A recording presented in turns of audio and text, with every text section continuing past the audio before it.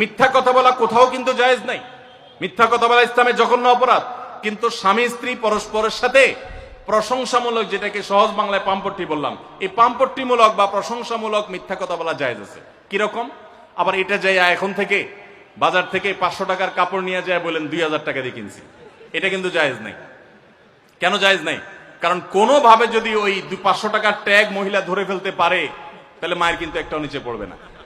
বলবে মিথ্যুকের পুত মিথ্যুক, সারা জন্মে এই কাম করে আসছোস, তাইলে ওই রকম মিথ্যা কথা বলা যাবে না। আমার পরিচিত এক লোক আছে, সরকারি একজন কর্মকর্তা বড়, উনি বলেন যে মহিলাদেরকে বাজার করে খুশি করার মতো কঠিন কাজ আরেকটা খুব কম আছে। যারা সংসার করেন তারা জানেন। কারণ আমি একটা কথা প্রায় বলি, দুনিয়াতে বহু বুদ্ধিমান মানুষ আছে, বহু চালাক মানুষ আছে, কিন্তু একটাও চালাক বা বুদ্ধিমান স্বামী আছে বলে আমার মনে হয় না পৃথিবীতে। বুঝা ঠিক বলছেন? বহু চালাক বুদ্ধিমান মানুষ দুনিয়াতে আছে, কিন্তু কোন চালাক বা বুদ্ধিমান স্বামী দুনিয়াতে। তার মানে কি? প্রত্যেকটা বউয়ের কাছে তার স্বামীটা হলো আস্ত বেকুব।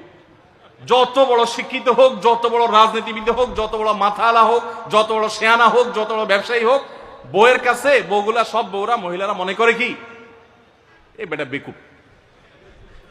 ম্যাক্সিমাম ক্ষেত্রে এটার ভিতরে আলাদা একটা আনন্দ আছে। বউয়ের কাছে বেশি শেয়ানা সাজার ভিতরে বেশি আনন্দ নাই। পরিবারের কাছে বেশি শেয়ানামি করতে হয় না, সেখানে বোকা সাজার ভিতরে একটা আনন্দ আছে। যাই হোক, তো ওই যে ভদ্রলোকের কথা বলছিলাম, বাজারের কথা বলছিলাম, যে বাজার করে মহিলাদের খুশি করা খুব কঠিন। আপনি গোশত কিনেন, মাছ কিনেন, যাই কিনেন, তারা খুব কমই সন্তুষ্ট থাকে। বেশিরভাগ ক্ষেত্রে, সব মেয়েদের কথা বলছি না। কেন সন্তুষ্ট থাকে না? কারণ তারা আশা করে আরো কম দামে কিনবেন, আরো কম দামে কিনবেন। আপনি জিতে গেলে তারা খুশি, হেরে গেলে আপনারা বকা দিবে সে। তো এক সরকারি কর্মকর্তা, বড় কর্মকর্তা, আমাকে বলতেছিলেন যে দেখেন, আমি সারা জীবন বাজার করি আর বইয়ের বকা শুনি। আমি চলে যাওয়ার পর আমার অফিসের একজন কেরানি আছে, তাকে দায়িত্ব দিছি বাজার টাজার করার জন্য।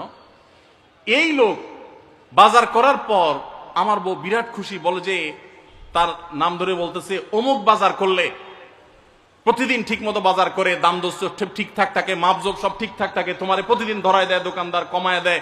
2 কেজির গোশত আমার কাছে মনে হয় 1.5 কেজি দিছে, ওজন কম দিছে মনে হয়, নজরে উঠে না। তো লোকটা বলেছে আমার খুব সন্দেহ হলো, একই দোকান থেকে আমিও আনি, সেও আনে, আর আমার তো ঠকানোর কথা না, পরিচিত দোকানদার। তাহলে মহিলা এই কথা বললো, তার ব্যাপারে কাহিনীটা কি? তারা ডেকে বলছে, বলো তো কাহিনী কি, সিক্রেটটা কি? তো লোকটা বলতেছে যে স্যার, সত্য বলতে কি, আমি গোশত 3 কেজি কিনলে ম্যাডামকে বলতাম 2 কেজি, 1000 টাকা কিনলে ম্যাডামরে বলতাম 500 টাকা। টাকা তো আপনি